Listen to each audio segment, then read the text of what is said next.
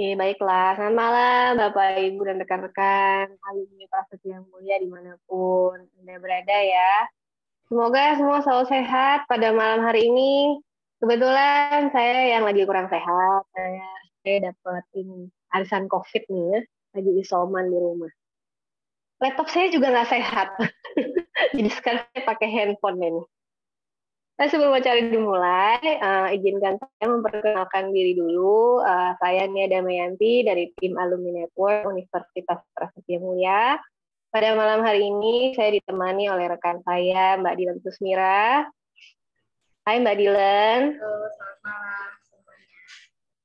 Nah, saya malam hari ini akan memandu sebagai MC dan moderator dalam acara Professional Knowledge Update. Nah, mungkin sambil nunggu peserta yang lain untuk hadir gitu ya, mohon untuk Bapak Ibu mengisi daftar hadir yang sudah diberikan via chat box, dan saya bacakan sedikit peraturan hari ini. Ada dua aja, nggak banyak-banyak. Yang pertama, seluruh peserta acara ini diharapkan kerjasamanya untuk dapat menjaga ketenangan dengan mematikan fungsi mikrofon atau dalam kondisi mute selama acara berlangsung untuk menghindari kebocoran suara selama pembicara memaparkan presentasinya. Yang kedua, sesi tanya jawab hanya akan dilakukan di akhir sesi, nanti bisa dituliskan melalui chat box. Bagi Bapak Ibu yang baru kali ini turut serta dalam acara Professional Knowledge Update, saya jelaskan sedikit apa itu Professional Knowledge Update. Jadi program Professional Knowledge Update ini adalah salah satu program lifelong learning dari Alumni Network Universitas Prasetya Mulia yang memang diperuntukkan bagi alumni yang ingin mendapat update pengetahuan terkait dunia profesional yang ada hubungannya dengan 5 pilar bisnis. Nah, topik bahasan kita malam hari ini terkait dengan pilar HR atau Human Resources, yaitu HR Trends 2022, Issues and Challenges in HR Management. Nah, malam hari ini hadir bersama kita dua pembicara kita, yaitu Bapak Frodo Nur. Beliau adalah Senior Human Resources Business Partner Traveloka. Selamat malam, Pak Frodo. Selamat malam, ya. Dan malam hari ini juga ada pembicara kedua kita, yaitu Bapak Maurizio Runtuene. Beliau adalah salah satu alumni kita juga, alumni MMBR 15, dan beliau bekerja sebagai Managing Partner Talent Strategist Network HR Consulting. Selamat malam, Pak Maurizio. Selamat malam, Nia dan rekan-rekan semua. Oke, nah sebelum kita mulai, ini kita ngobrol-ngobrol sedikit kali ya nih, bertiga nih ya, sebelum mulai ke pembahasan serius nih. Pak Frodo, sekarang Bapak lagi sibuk apa nih, Pak? Kalau selain sebagai HR ya? Ditanya lagi sibuk apa, ini kan kalau Sibuk. kalau HR itu kan kerjanya kayak kerjaan musiman gitu ya. Jadi kebetulan tuh kalau di Traveloka tuh sekarang lagi dalam proses untuk meet review, dan di dalam meet review itu juga ada mikir promotion juga, jadi itu HRD lagi ngurusin itulah sekarang yang lagi rame lah ya gitu. Terus yang kedua, ini kita juga lagi ngeliatin dari sisi resource allocation, ini juga kita lagi lihat sebenarnya how to optimize kalau resource yang kita punya. Gitu kan lagi sibuk apa ya, mungkin primary dua itulah sekarang. Oke, baiklah. Nah, kalau Pak Maurizio gimana, Pak? Bapak lagi sibuk apa nih? Pertanyaan saya luas banget ya. Luas banget ya, banyak banget kalau sibuk dari pagi sampai malam ya. Kalau saya, karena kita di HR Consulting, kita sedang bantu beberapa organisasi, ada dari hospitality industry, ada juga dari university juga ada dari perusahaan FMCG juga, bagaimana membantu mereka untuk bangun sistemnya, bangun culture-nya, dan lain sebagainya gitu. Jadi kita cukup bisa melihatlah bagaimana tantangan challenge yang dihadapi secara berbeda ya dari sudut pandang luar. Kadang-kadang kalau kayak Pak Frodo dari dalam kebayang itunya sih, puting beliungnya ya. akan seperti awal gitu loh. Kadang-kadang enakan di luar Pak produk konsultan yang kita lihat dari jauh gitu ya. Kalau masuk, kalau pengen keluar, kalau pengen masuk gitu. Jadi nggak kelilit tiap hari. Tanda. Oke, baiklah. Gitu. Oh, jadi gitu ya, ternyata kondisi badai ini ya. Kalau di internal ya. Pasti ya. Itu nggak bisa kita pungkiri lah. Oke, baiklah. Ini kalau aku tanya-tanya sedikit nih sebelum kita masuk ke sesi sharing Pak Probo nih ya, aku pengen nanya sedikit nih, sebenarnya gambaran kondisi umum dari dunia HR saat ini tuh kayak gimana sih? Aku mulai dari Pak Maurizio dulu deh. Kondisi umum ya. Pertama sih kalau saya lihat dari dunia HR sendiri, semakin ke depan ini semakin sangat strategik ya fungsinya. Ya, kalau nggak percaya lihat aja di LinkedIn tuh, lowongan HR manager banyak banget, yang minta jabatan HR manager banyak banget. Itu tuh peluang sih. Tapi di sisi yang lain juga menunjukkan bagaimana dunia HR ini menjadi posisi yang semakin kritikal ya bagi kesuksesan organisasi gitu. Saya sendiri pun waktu saya di korporasi, mungkin saya sedikit bisa merasakan ya, tapi setelah saya di luar korporasi semakin bisa mengetahui bahwa human resource yang berkualitas itu penting gitu loh, bisa menentukan gagal dan berhasilnya organisasi. Nah, dalam dunia yang gonjang-ganjing ini, kalau jenderal HR-nya payah, waduh, nightmare dah organisasinya, bener gitu loh. Jadi semakin kritikal ke depannya dan semakin harus menjadi fokus gitu ya, gitu. Oke, baiklah. Nah, kalau menurut Pak Prodo sendiri gimana, Pak? Kalau menurut Bapak gimana kondisi secara umum dari dunia HR saat ini? Kalau saya ngeliatnya mungkin dari sisi apa ya, ini kan mulai dari kita pertama kali masuk pandemi gitu ya, lockdown dan lain-lain.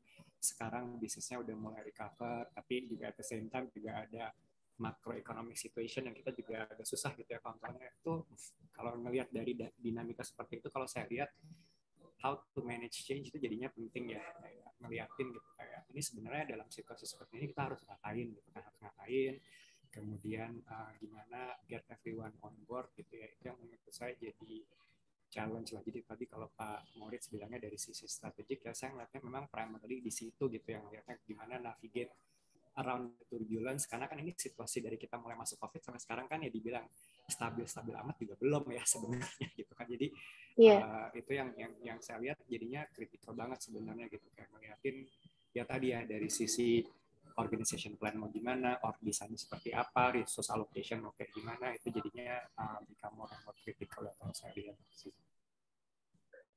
Oke, baiklah. Terima kasih Pak Prodo. Oke, semoga Bapak Ibu cukup mendapatkan gambaran secara umumnya dulu nih ya, sebelum kita masuk ke sesi dari pembicara 1 dan kedua. Nah, sekarang tanpa berlama-lama lagi, kita langsung masuk aja nih ke sesi sharing oleh pembicara pertama, yaitu Pak Prodo Nur. Silakan Pak Prodo, waktu dan tempat saya persilakan. Thank you semua. Ini waktu saya dihubungin awalnya nih sama Joshua, ini teman saya di Traveloka, kayaknya lagi ada di call ini juga kalau nggak salah. Ya, katanya di Prasetya Mulia tuh biasa ada kayak kuliah umum gitu, saya diminta ngisi tersebut, kemudian bilang kan kemudian menghubungi saya gitu. Tadi saya bingung, ini ngomongin HR Trend 2022 tuh apa ya gitu kan. Jadi akhirnya saya coba nyari reference point gitu ya, yang menurut market di luar sana dibilang tren itu apa sih.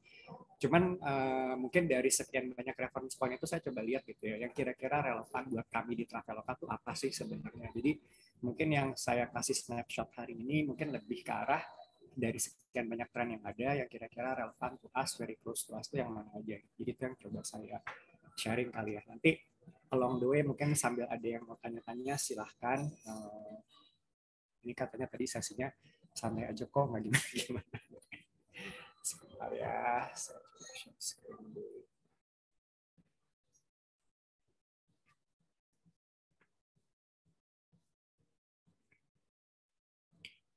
Oke, jadi ini apa namanya dari riset saya lah ya, ngelihat yang sebenarnya dimaksud sama HR tren 2022 tuh apa aja gitu. Dan ini saya lihat ada beberapa yang memang lumayan relevan lah buat kami di Traveloka gitu ya. Jadi yang sekarang itu mulai berubah itu sebenarnya dari sisi gimana kita mengelola pekerjaan sebenarnya. Jadi kalau yang dulu mungkin lebih ke arah kerjaan itu di-treat sebagai project, jadi ada project A, project B, project C gitu. Ini kayaknya udah mulai berubah gitu ya. Jadi dilihat itu sebagai satu kesatuan produk. Gitu.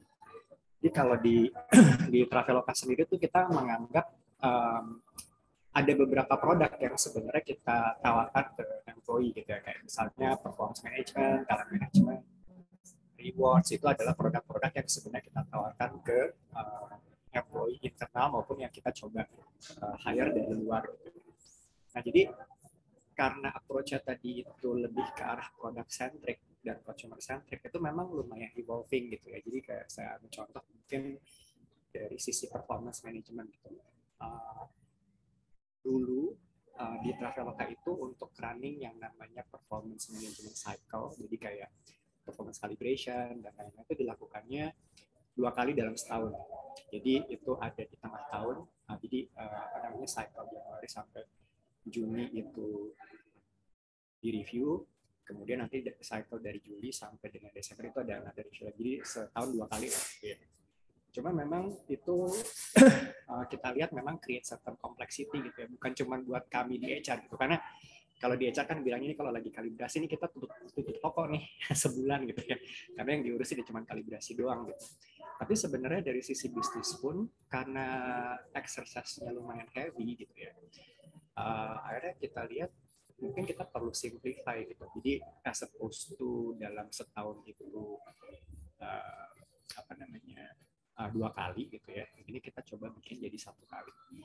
Tapi itu pun go through beberapa iteration proses gitu. Jadi pada saat kita bilang, oke, ini kita coba simplify ya, performance-nya itu jadi performance review-nya itu jadi 1 tahun dalam 1 kali dalam 1 tahun.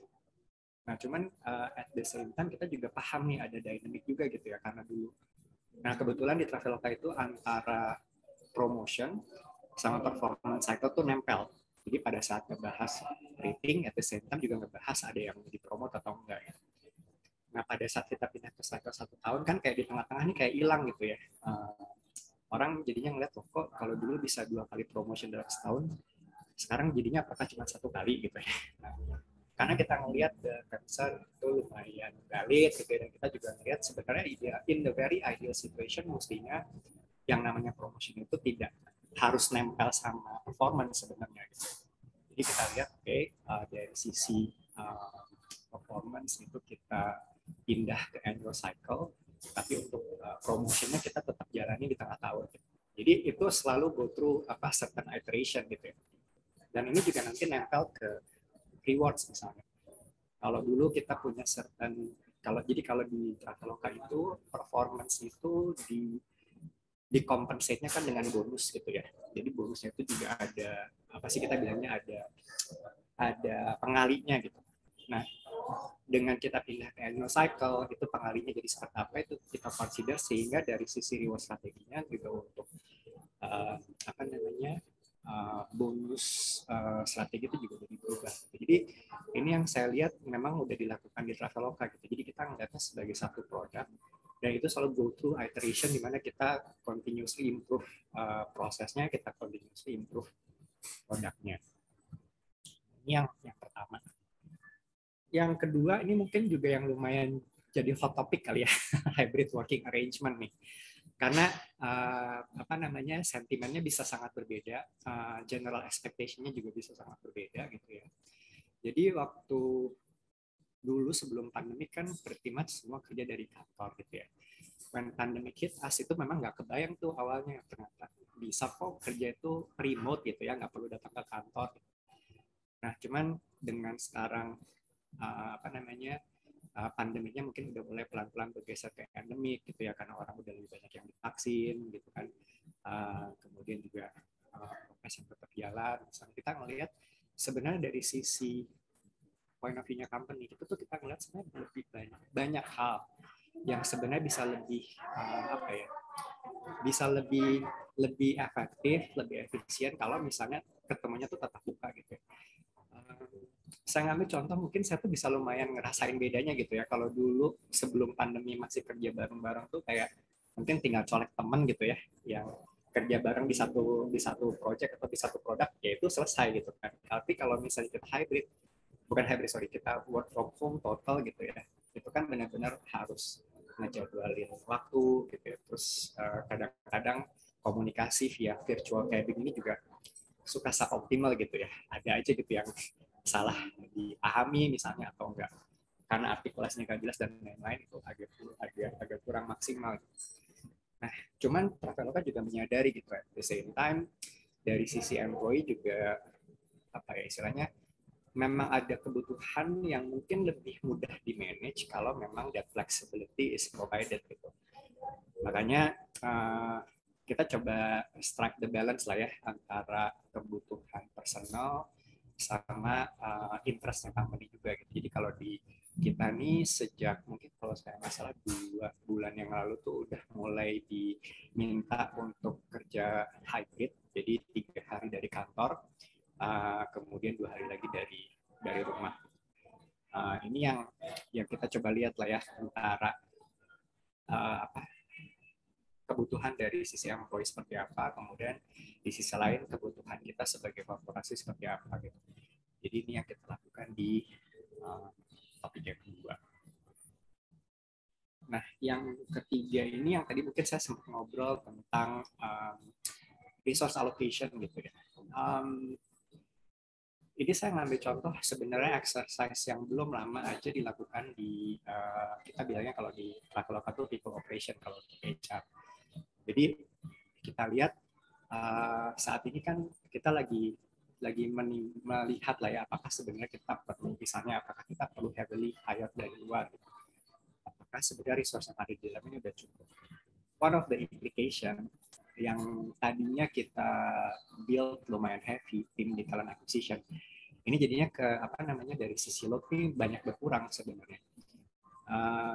Sementara itu di tempat lain kayak misalnya di HRBP, di tim rewards, di tim business process improvement misalnya, di engagement, itu sebenarnya ada kebutuhan. Jadi ini pada saat itu kita coba lihat gitu ya, dari overall resource yang ada di Traveloka. Sebenarnya kalau kita mau bikin ini jadi lebih optimal, lebih efisien, sebenarnya di bakat mana kita perlu taruh orang lebih banyak, dan dari mana kita mau sourcing itu internally. Jadi memang ada banyak yang dipindahin internal dari tim talent acquisition ke tempat lain.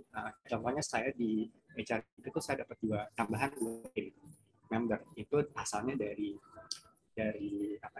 talent acquisition team. Ada juga yang pindahnya misalnya ke proses improvement gitu. Karena di kita nih automation segala macam yang dilakukan lewat Workday itu lumayan heavy misalnya.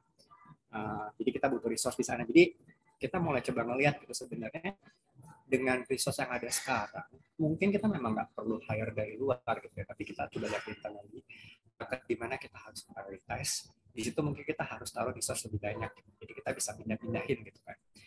Karena mungkin kalau dari sisi angle personal development, akan orang itu mungkin kalau di HR gitu ya, dia pindah misalnya dari talent acquisition, pindah ke rewards, terus pindah ke HRBP pindah ke talent management, performance management misalnya, itu akan lebih kaya sebenarnya point of view-nya gitu. Jadi kita coba endorse itu juga gitu. Nah, ini yang kalau yang keempat ini sebenarnya terkait dengan gimana mengembangkan skill dari employee, baik yang sifatnya soft skill maupun technical skill. Jadi ini sebenarnya waktu tahun lalu kita mulai build yang namanya Traveloka Academy, itu sebenarnya starting point-nya itu dari people survey. Jadi salah satu finding yang waktu itu dianggap ruang buat improve-nya itu lumayan besar sebenarnya dari sisi development. Yang pertama dari sisi clarity tentang career, expectation of the role, kalau mau progress itu seperti apa, skill set apa aja yang harus dimiliki misalnya gitu ya. Ini kita coba tackle dari sisi yang pertama itu dari sisi apa namanya, kita bilangnya di apa tuh career framework. Jadi kita coba menyeramkan lah ekspektasi dari setiap role itu. Kalau misalnya sama-sama ada di level analis, terlepas dari dia misalnya mengerjakan marketing, mengerjakan revenue, mengerjakan produk, misalnya itu kurang lebih sama gitu ekspektasinya. Nah, yang dari sisi satunya lagi ini yang kita coba tackle-nya lewat akademi. Jadi kita coba apa ya istilahnya, membangun satu tempat gitu ya, dimana kalau misalnya kita memang membutuhkan soft skill tertentu, itu kita punya learning offering gitu yang kita memang provide internally. Walaupun memang ada beberapa kita misalnya kerjasama dengan Udemy, dengan Legion Learning, dengan Harvard Managed Mentor, tapi ini kita coba taruh di satu tempat. Nah, dari sisi technical skill-nya sendiri, ini kan lumayan heavy juga ya, terutama misalnya untuk engineer atau untuk apa namanya posisi-posisi lain yang lumayan specialized role. Nah, ini kita juga punya yang namanya technical expert gitu di masing-masing tempat. Memang belum semua ada gitu ya, tapi at least kalau saya lihat yang sekarang itu lumayan banyak kontribusi dari technical expert tuh dari engineering sama dari product ya, product management. Jadi ini kita akan continuously build juga gitu untuk mastiin bukan hanya sekedar dari sisi soft skill offering-nya aja yang available, tapi dari technical aspeknya juga kita Nah, yang terakhir mungkin yang saya mau share juga ini terkait sama developing people analytics data literacy. Mungkin saya cerita sedikit kali ya. Dulu itu sebelum saya join di Traveloka itu quarter 3 2019. Waktu itu kita mulai menggunakan satu sistem yang namanya Workday.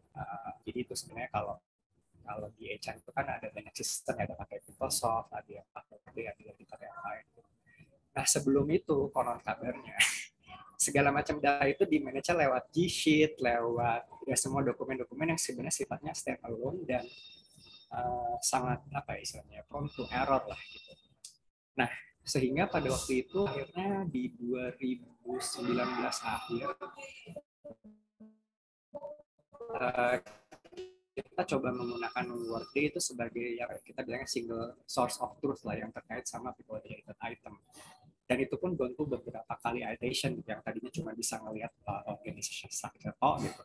Terus akhirnya di enhance kita bisa misalnya running certain analytics terkait sama compensation and benefit, running certain analytics yang terkait sama apa namanya performance management, retention cases kayak gitu. Ini coba kita apa namanya wadahi di satu tempat gitu ya. Dan ini sebenarnya sangat membantu pada waktu kita diminta untuk bikin satu keputusan bisnis tertentu gitu ya. Misalnya, tahun ini nih kira-kira kita perlu lakukan apa yang berbeda kalau misalnya ada masalah dengan retention gitu dari apa annual cycle itu at the same time kita juga lihat ada untuk kita yang memiliki akses ke sini yaitu typically HRBP dari tim reward dari sisi apa namanya head of function atau head of business tuh bisa melakukan atau bisa misalnya apa ya bisa lihat insight-nya dulu sebelum melakukan certain decision yang terkait sama people related item. Jadi ini sebenarnya memang lumayan happy juga gitu ya, karena kita ngelihat baik dari sisi infrastruktur maupun capability untuk misalnya tim HRBP atau tim rewards melakukan certain analytics itu kita memang lihat jadinya sangat penting gitu ya untuk bisa jadi mungkin ini kali yang saya bisa share ya 5 HR trend yang saya lihat lumayan relevan sebenarnya sama Traveloka. Mungkin itu ya Nia. Baiklah. Terima kasih Pak Frodo atas paparannya. Nah, nanti Bapak Ibu bagi yang memiliki pertanyaan untuk Pak Frodo mungkin bisa ditulis dulu di chat box. Nanti di akhir akan kita bahas bersama-sama. Nah, sebelum masuk ke sesi yang kedua, Mungkin kita foto dulu kali ya, Mbak Dilan ya, mumpung masih rame nih. Iya, Kita boleh. foto dulu deh ya. Oke. Oke, boleh dinyalain dulu mungkin videonya atau kameranya supaya ada gambarnya ya. Oke, kita mulai dari, ayo dinyalain dulu videonya. Ya, nih aba-abanya dari Mbak Dilan nih. Soalnya saya pakai HP. Ini masih pada loading video nih banyak. Oke, kita mulai ya di set 1, 1, 2, 3.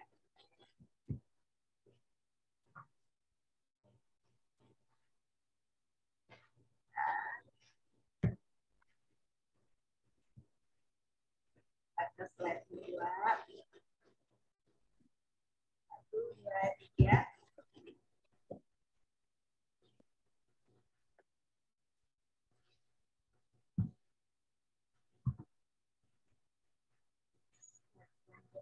Ditahan dulu semuanya.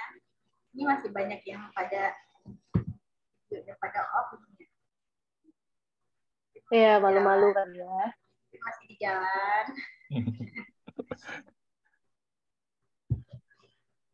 Nah, ini 1, 2, 3. Oke. Silakan Mani lanjutkan. Oke, baiklah. Terima kasih Mbak Dilan.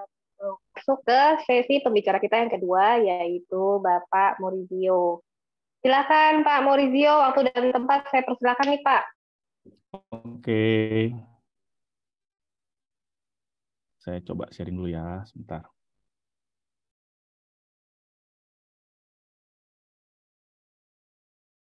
Sebenarnya suara saya cukup terdengar Cukup kan ya? Pak, Saya takutnya cukup jelas. cukup ya. Jelas. Oke.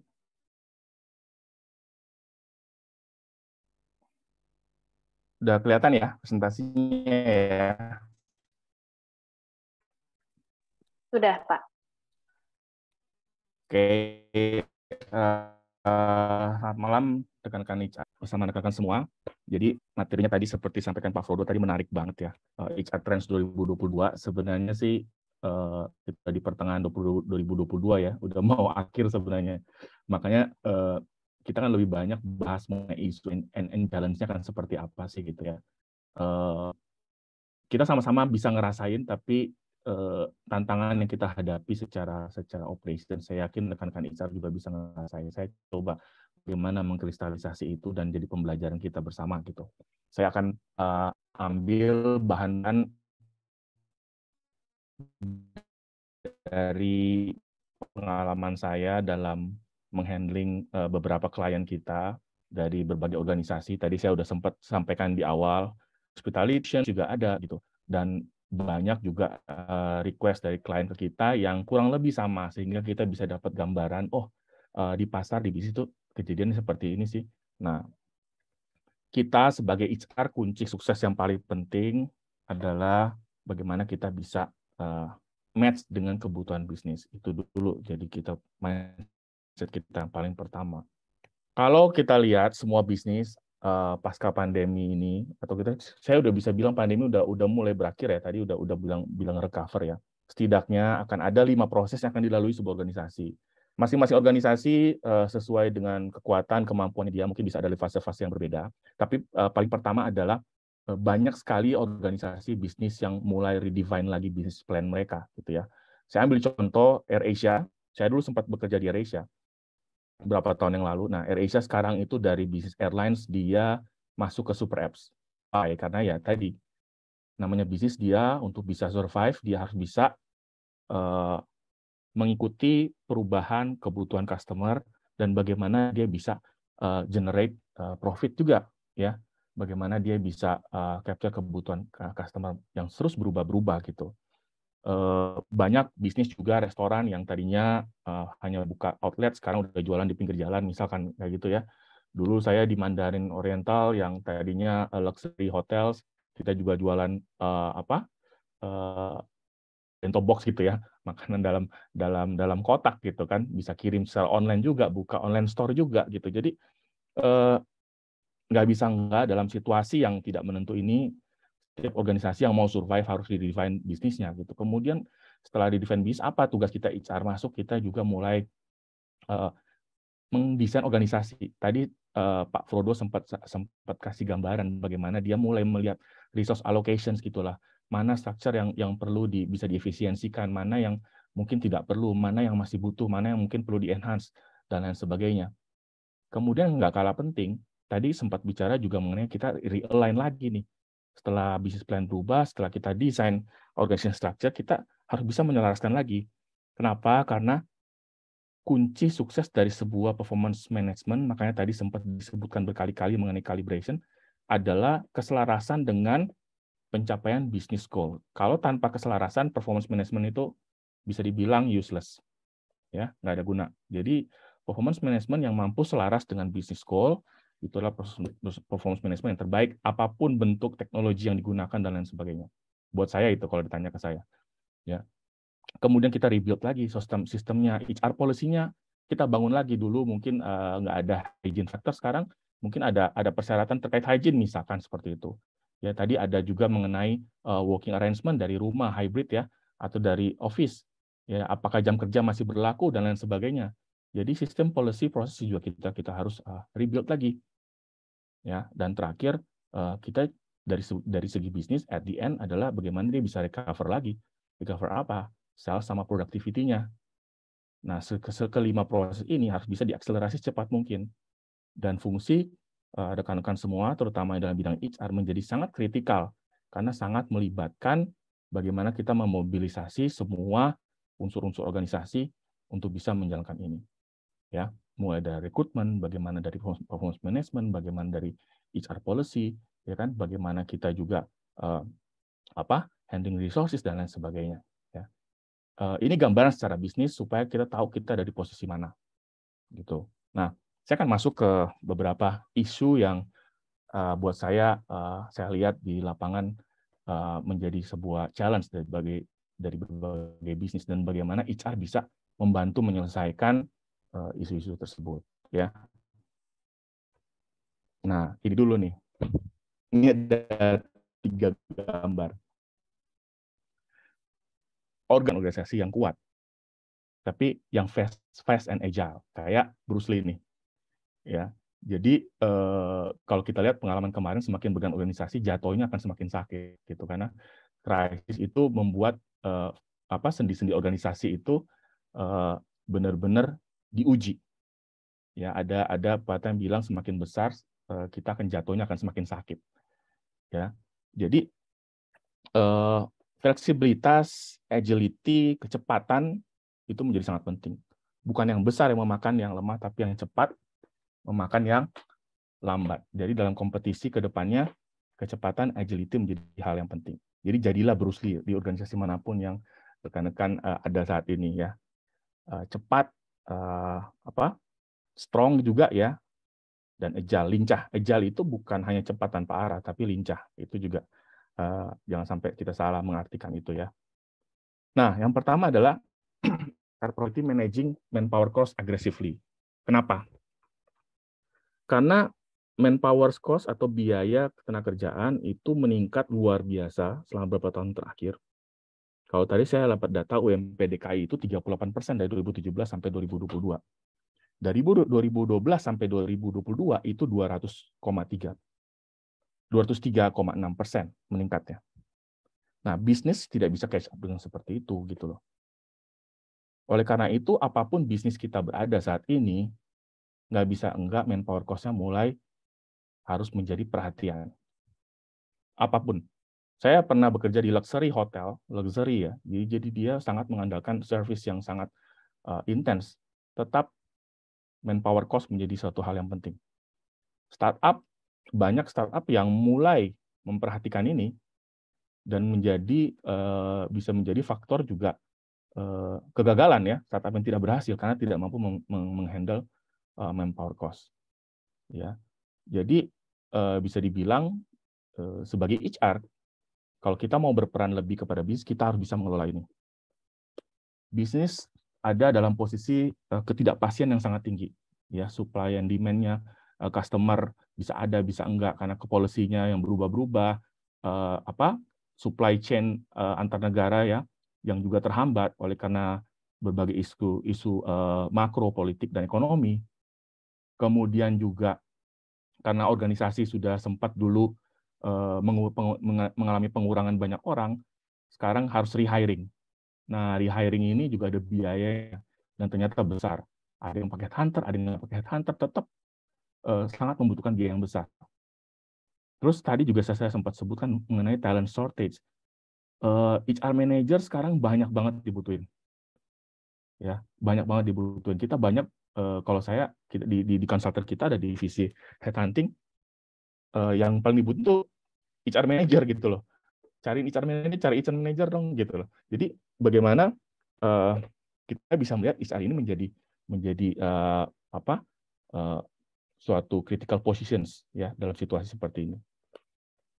Nah, bagaimana kita bisa manage manpower cost ini secara agresif? Yang pertama, lean organizations. Ini bahasa lama sebenarnya, tapi harus mulai diperhatikan dan dilakukan secara serius. Bagaimana kita bisa maintain fokus organisasi kepada critical positions, fokus kepada posisi-posisi yang punya value creation terbesar. Ya kan, bagaimana resource kita bisa bekerja secara optimum. Sisanya kemana? Sisanya di outsourcing. Ya, wah kok nganjurin outsourcing, tapi kenyataannya memang seperti itu. Jangan anggap outsourcing sebagai sesuatu yang mungkin lebih banyak dikenal di pabrik atau labor yang ini ya, yang level bawah, tapi enggak. Sekarang juga banyak pekerjaan yang mulai di outsource. Misalkan IT divisions, ya kan, atau posisi-posisi yang kita nggak butuh setiap hari sih, gitu. Kita butuh tapi kita nggak butuh setiap hari. Atau posisi-posisi yang project based. Ya, atau yang musiman, misalkan ada peak season, kalau di tourism itu ada peak season, ada low season, ya. Dan bahkan posisi-posisi yang bisa sharing. Nah, ada tren yang menarik di dunia bisnis adalah bagaimana HR leadership itu sharing sama organisasi yang lain. Jadi berbagai organisasi itu minta untuk ke klien kita itu minta untuk HR leadership-nya sharing gitu loh. Maksudnya oke, part time aja mimpin organisasi di sana secara HR. Ya kan, nanti kita juga bisa part time di organisasi yang lain gitu. Jadi HR leadership ini ternyata juga bisa di sharing. Ya. Nah, ini sesuatu yang menarik, apalagi dengan adanya UU CK ya, yang sangat mendorong adanya outsourcing gitu. Jangan anggap ini sebagai sesuatu yang berkonotasi jelek ya, tapi ini adalah bagaimana kita mulai tadi membuat organisasi itu lebih lean, bagaimana kita mulai bisa memanage cost. Karena kalau organisasi kita lebih lean, HR juga bisa lebih mudah mengelolanya dibandingkan organisasi yang begitu besar, ya. Kemudian HR teknologi adoption ya. Tadi kalau di Traveloka pakai Great Day gitu ya. Untuk apa? Untuk eliminate unnecessary ya resource allocations yang nggak perlu lah, ya kan, prosedur yang nggak butuh, paperwork yang tidak perlu, juga untuk bisa kontrol dari resource-nya. Nah, ini hanya 3 solusi yang bisa kita lakukan ya, yang saya bisa rekomendasikan. Tapi akan banyak lagi, dan lakukanlah secara sekreatif mungkin. Ya, rekan-rekan bisa lakukan secara kreatif mungkin. Bagaimana kita bisa mengelola manpower cost ini. Nah, kalau kita mampu secara HR melakukan hal ini, maka dampak terhadap organisasi akan sangat signifikan. Ya, akan sangat signifikan dan menjadi kunci keberhasilan dari organisasi dimanapun rekan-rekan berada saat ini. Yang kedua, people development. Nah, ini juga menarik. Ada beberapa organisasi yang kita bantu, orang udah mulai berpikir meng-hire itu berdasarkan karakter atau kompetensi. Ya, kalau dulu mereka maunya kompetensi 5 orang jadi 1 orang gitu ya. Yang kita pun carinya mungkin ya bisa sih dapat ya, tapi mungkin setengah dewa kali orangnya ya, gitu. Jadi sangat sulit gitu untuk mendapatkan hal seperti itu. Tapi karena sekarang itu butuh cepat gitu ya, butuh cepat, kemudian juga organisasi banyak CEO yang mulai bisa merasakan ternyata ada kompetensi-kompetensi yang bisa dilatih. Apa sih yang penting? Apakah kompetensi atau karakter? Nah, mereka mulai sadar gitu bahwa karakter menjadi hal yang lebih penting, lebih mendasar daripada kompetensi. Makanya hiring metode kita harus sudah mulai mengutamakan karakter daripada kompetensi. Saya bukan bilang kompetensi nggak penting, tapi saya bisa bilang bagaimana value seseorang dan ketepatan dengan organisasi itu jauh lebih penting kalau kita harus memilih, gitu ya. Jangan terkesima dengan kompetensi misalnya seseorang yang sangat luar biasa, tapi secara karakter tidak sesuai dengan organisasi. Itu kemungkinan besar kita akan mengalami turnover yang tinggi dan kemudian rehiring cost-nya akan meningkat lagi, ya seperti itu. Nah, saya juga ada beberapa organisasi yang mulai peduli untuk membangun karakter building di dalam organisasi tersebut. Ya, dia mau ada program workshop development, tapi bukan kompetensi tapi karakter. Nah, ini karena kenapa? Karena biasanya dulu karakter itu kan atau hal yang bersifat soft skills itu juga untuk sebuah bisnis dianggap oleh pemilik bisnis itu kurang bisa ada return-nya ya secara finansial, tapi ternyata kesini udah semakin dibutuhkan. Ya, karena ternyata orang yang berkarakter itu lebih mudah dibentuk dan lebih bisa tumbuh terhadap organisasi. Ya, apalagi generasi sekarang itu turnover juga semakin tinggi gitu ya, berpindah-pindah semakin cepat. Kalau dulu orang pindah mungkin 10 tahun baru pindah gitu. Sekarang setahun, 2 tahun udah gatel pengen cabut gitu. Nah, kan seperti itu gitu. Nah, sehingga kalau organisasi sangat terlalu fokus kepada kompetensi, dia akan menghabiskan terlalu banyak resources untuk develop the kompetensi dan juga untuk hiring orang lain yang punya kompetensi yang sama. Each departemen juga resource-nya juga terbatas, budget terbatas, orangnya terbatas, sehingga pengelolaan kemampuan mengelolanya juga menjadi terbatas. Ya, itu yang pertama, organizational characters. Yang kedua adalah power skills. Jadi skills apa sih yang dibutuhin untuk bisa berhasil seseorang bisa perform dengan baik dalam sebuah organisasi? Nah, kembali ke tadi, ternyata dari hasil di lapangan dan dari hasil research kita, 3 ya, kalau saya bisa lihat adalah self leadership, learning agility, sama network builder. Nanti saya akan banyak bahas juga mengenai network builder. Essential skills ini harus menjadi fokus bagi HR dari proses hiring dan proses people development-nya, ya, dibandingkan dengan skill-skill yang lain. Banyak skill yang mudah untuk bisa dikuasai, tapi self leadership, learning agility, dan network builder itu lebih sulit ya, butuh waktu dan tapi dampaknya sangat luar biasa bagi keberhasilan seseorang. Learning system kita bicara juga nggak sekarang juga banyak udah harus bergantung kepada learning management system ya. Organisasi kalau nggak punya LMS akan sangat boros juga. Kemudian juga bite size learning. Gini, sekarang tuh hampir sulit bisa orang keluar dari kantor training 5 hari, 3 hari. Kalau dulu gampang tuh, 4 hari kita training semana gitu. Kalau sekarang nggak bisa. Ya, saya agak lucu juga, tapi ya mau nggak mau karena kebutuhan customer. Banyak pemimpin bisnis yang minta, oke, training apa? Misalkan training leadership, ya boleh setengah hari ya. Wah, setengah hari gimana caranya gitu kan. Tapi banyak request-request yang mulai instan. Nah, kita juga harus bisa ngakalin itu gitu loh. Kita harus bisa ngakalin itu. Bagaimana kita bisa melakukan training yang instan, ya kan? Secara programnya, tapi bisa efektif ya. Ini challenge yang luar biasa. Nah, hal lain adalah terkait dengan sistem, kita harus mulai fokus bangun namanya learning culture. Kenapa? Karena tadi beban learning kalau hanya di HR itu akan sangat berat. Jangan kita butuh. Jadi bagaimana kita bisa saya sebut total involvement, melibatkan seluruh pihak-pihak dalam organisasi, seluruh karyawan untuk bisa bangun learning culture ini, pembelajaran secara bersama-sama. Ya, mungkin saya nggak akan terlalu detail bahas di situ ya, akan cukup panjang bahas itu. Nah, hal lain, ada business operations dilemma ya. Banyak organisasi sekarang memilih antara speed dan quality. Kita tahu kalau speed itu biasanya korbannya adalah biaya dan kualitas gitu. Tapi nggak sekarang maunya cepat, maunya instan ya. Segala sesuatu tuh kalau bisa rekrutnya kemarin gitu kan. Padahal baru request hari ini gitu. Juga kalau ada sistem atau pekerjaan yang dibangun maunya 1-2 hari selesai gitu kan. Jadi ini menjadi satu dilema juga. Di sisi yang lain pasti kalau speed kualitas berkurang gitu ya. Dan tapi kalau kita fokus ke kualitas, kita kan kehilangan momentum dan peluang. Nah, bagaimana kita bisa mengelola ini? Maka ini menjadi suatu dilema. Inilah fokus kita dari HR untuk mulai mengelola. Kalau kita disuruh pilih, kita pilih speed pastinya. Tapi gimana speednya biar dampak buruknya itu tidak terlalu banyak? Nah, itu di situ kita harus mulai meningkatkan akurasi dan clarity. Melalui apa? Melalui data information. Tadi Pak Frodo di akhir sempat menyebutkan mengenai people analytics.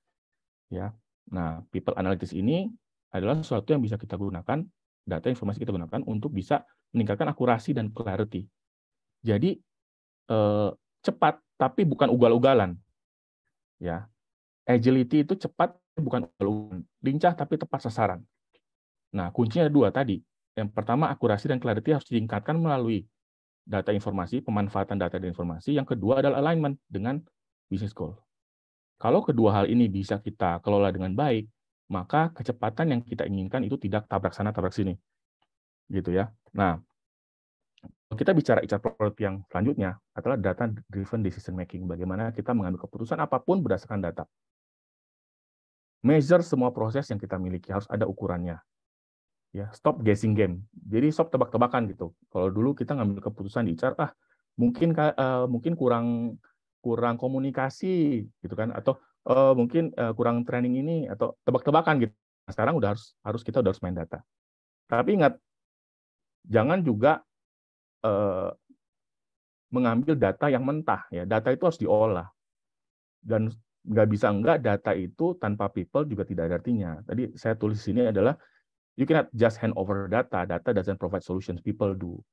Ya, jadi kita juga harus bisa mengelola data dengan baik. Ya, mulai dari efektif data gathering dari problems.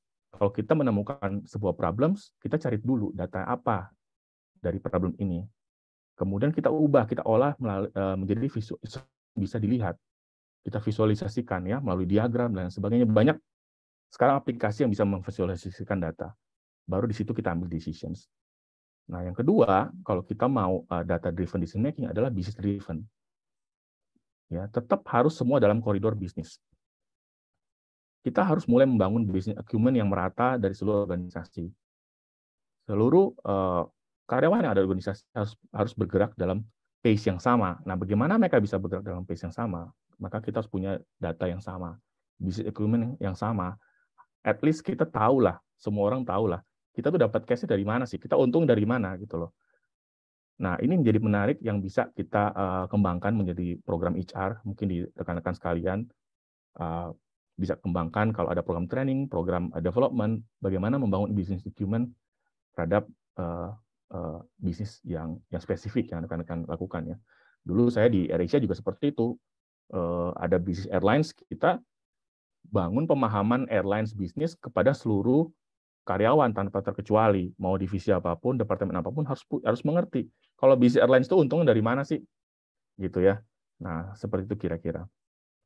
Kemudian tadi information sharing juga kita harus kelola ya. Saya akan di sini. Ini contoh aja bagaimana kita data driven decision making dari selama pandemi ini di Mandarin Oriental Hotel. Ini yang saya alami sendiri di Maret 2020 itu pertama kali ketika krisis itu okupansi langsung drop 3%, yang tadinya sekitar 50%, mungkin 55% ya, 40-55% gitu, tiba-tiba drop jadi 3%. Nah, apa yang kita lakukan gitu ya?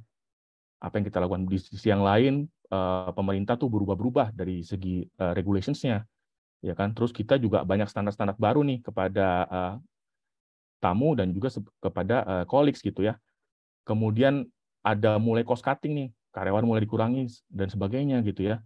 Kita udah harus mulai memikirkan gimana nih revenue generation-nya, gimana nih kita bisa dapat uang, gimana kita bisa mengelola bisnis ini gitu. Nah, kita yang lakukan waktu itu ya, di saat-saat yang menegangkan itu, seluruh exco, seluruh eksekutif komite itu meeting 2 kali sehari, pagi sama sore.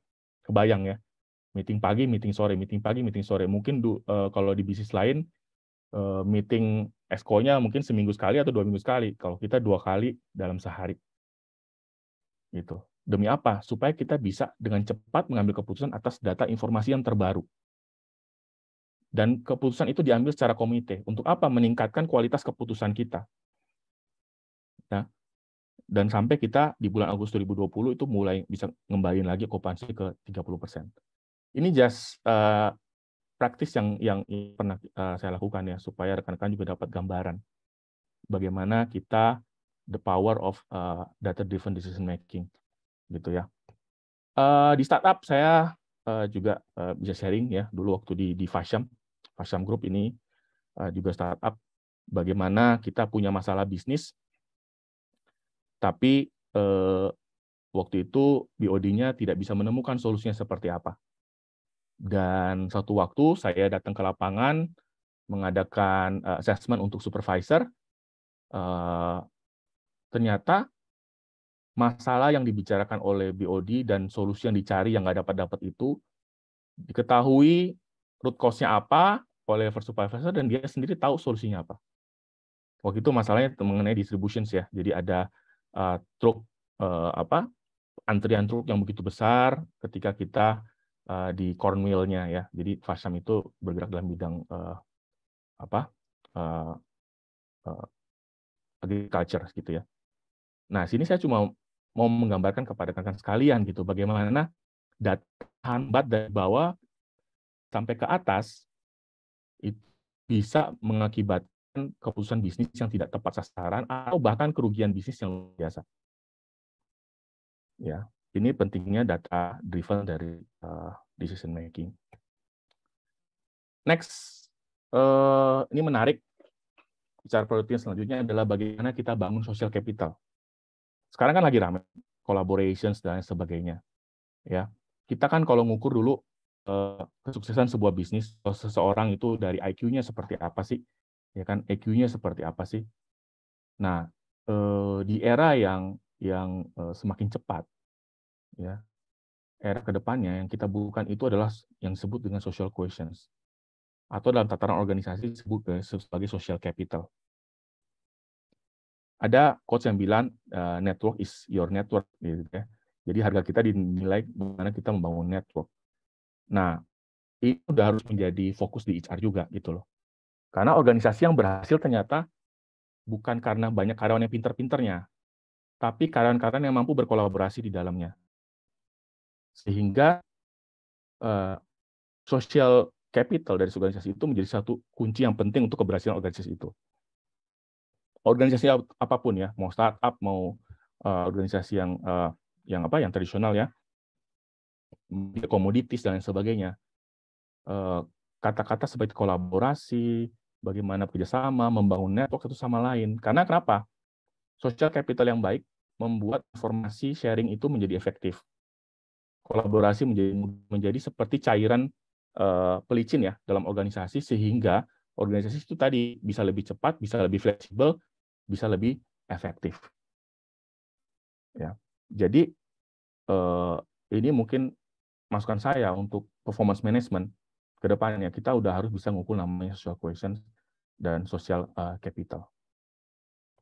Ambil contoh ya, ini contoh quick.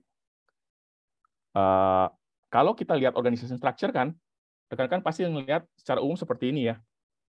Nah, kalau kita lihat organisasi structure kita seperti ini, kita bisa melihat, oke, Muller berarti head of department-nya, kemudian ada asistennya Garcia, dan Boyd, dan Ford, mereka membantu Muller, ya kan? Mungkin tuh section head-nya, kemudian Garcia punya anak buah, Taylor, Smith, Burns, dan lain sebagainya. Oke, gitu. Berarti yang paling penting buat organisasi, Muller penting lah, karena dia leaders-nya gitu kan. Nomor 2 siapa? Oh, Garcia, anak buahnya paling banyak. Ya, anggaplah ini posisi organisasi HR misalkan. Kemudian organisasi kita mengalami gonjang-ganjing, ya harus ada pengurangan. Kalau kita disuruh milih yang mau kita kurangi, kita mungkin akan cepat memilih, mungkin kita kurangi Burns aja, ya kan? Karena Burns ini ya dia beda sendiri juga, mungkin bisa dibantulah sama Garcia, bisa handle Burns, atau Taylor bisa bantulah gitu ya. Kita nggak bisa menemukan sebenarnya kalau kita memberikan organisasi ini sebuah tugas, atau kalau ada KPI bagi organisasi ini, bagian mana sih yang paling berfungsi atau paling kritikal? Bagaimana sih the work get done, gitu ya? Nah, ini menarik.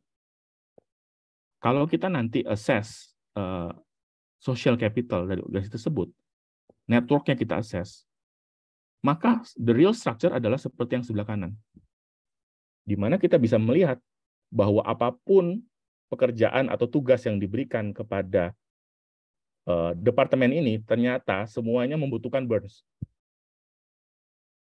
Nah, akan jadi menjadi suatu keputusan yang salah kalau justru burns yang kita keluarkan, ya kan? Nah, jadi kita harus mulai bisa melihat lebih daripada struktur yang alami yang bisa kita lihat. Kita bisa menganalisa bagaimana pekerjaan itu bisa diselesaikan. Ya, nah, inilah the power of social capital. Nanti mungkin kalian bisa pelajari sendiri. Tapi sangat powerful ya. Jadi kalau social cohesion itu kan bagaimana collaborative style, influence of an individual within the network. Kalau social capital itu dalam tataran organisasi gitu ya. Bagaimana sebuah organisasi itu bisa bisa memfasilitasi untuk individu yang dalam organisasi itu bisa bekerja secara efektif dalam satu grup. Nah, benefitnya dari research kita kebetulan TSN kita kerjasama dengan TIS Technologies. Dari hasil survei, change management akan meningkat 143% tadi. Sempat Pak Frodo bilang, oh kita mau adakan change management. Oke. Sekarang the questions, kalau change management kita kelola, kita perlu change agent. Nah, kalau change agent-nya kita harus pilih, misalkan siapa yang menjadi change agent kita. Kalau kita tadi balik ke organisasi yang tadi, kalau kita pilih orang yang salah, maka orang itu bukan influencer. Sehingga efektivitas dia dalam mengelola change atau dalam diikut-sertakan menjadi change agent tidak akan maksimal. Gitu ya.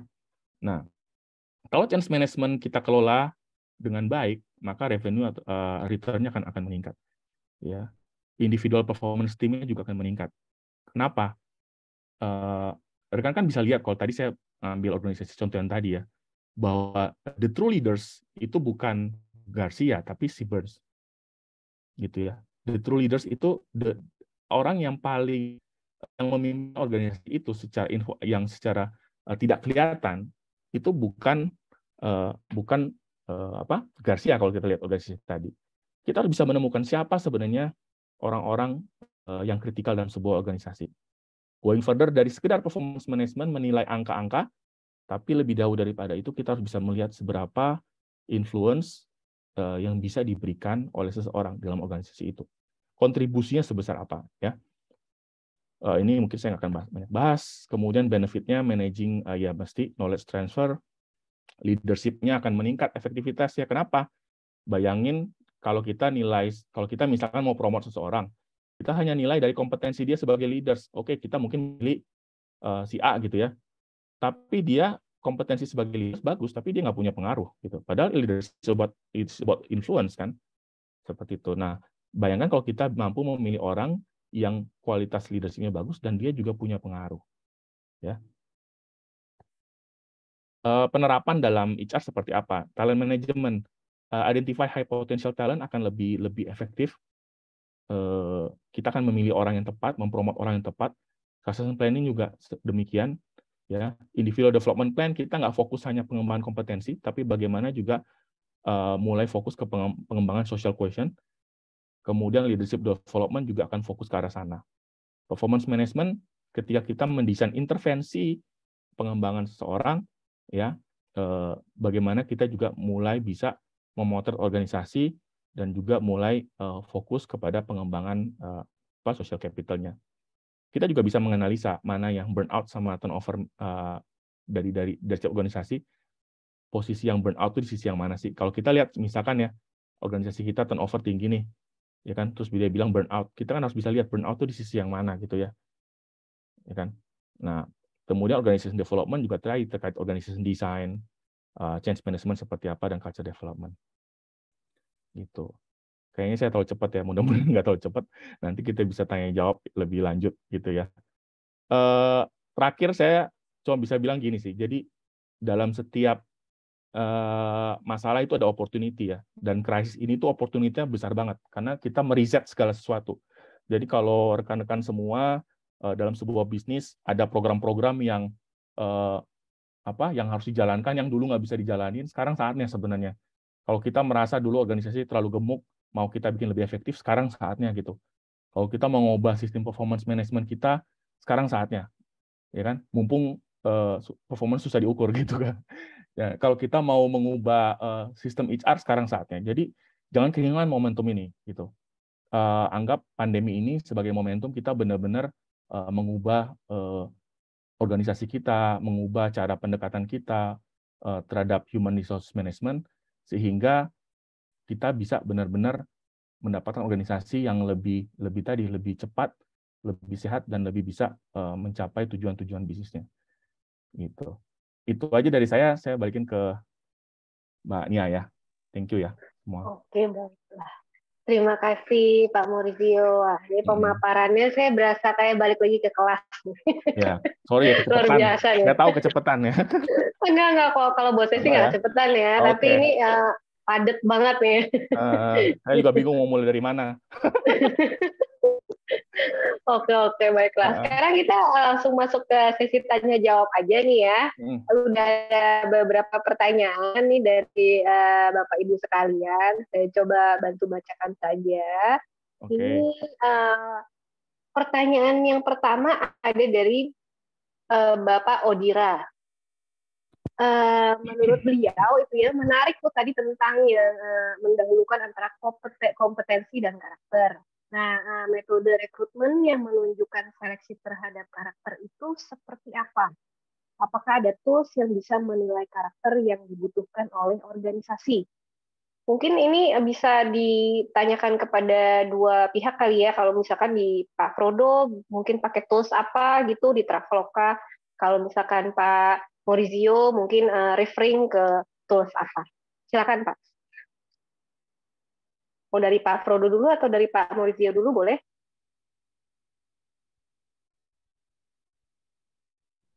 Dari saya dulu kali ya, nggak apa-apa. Mungkin kalau di travel, sekarang tuh kita memang belum membedakan antara yang tadi Pak Moritz bilang ya, ada social quotient ya, itu kita belum lihat sampai ke situ sebenarnya. Social karakter kita belum lihat sampai ke situ sebenarnya.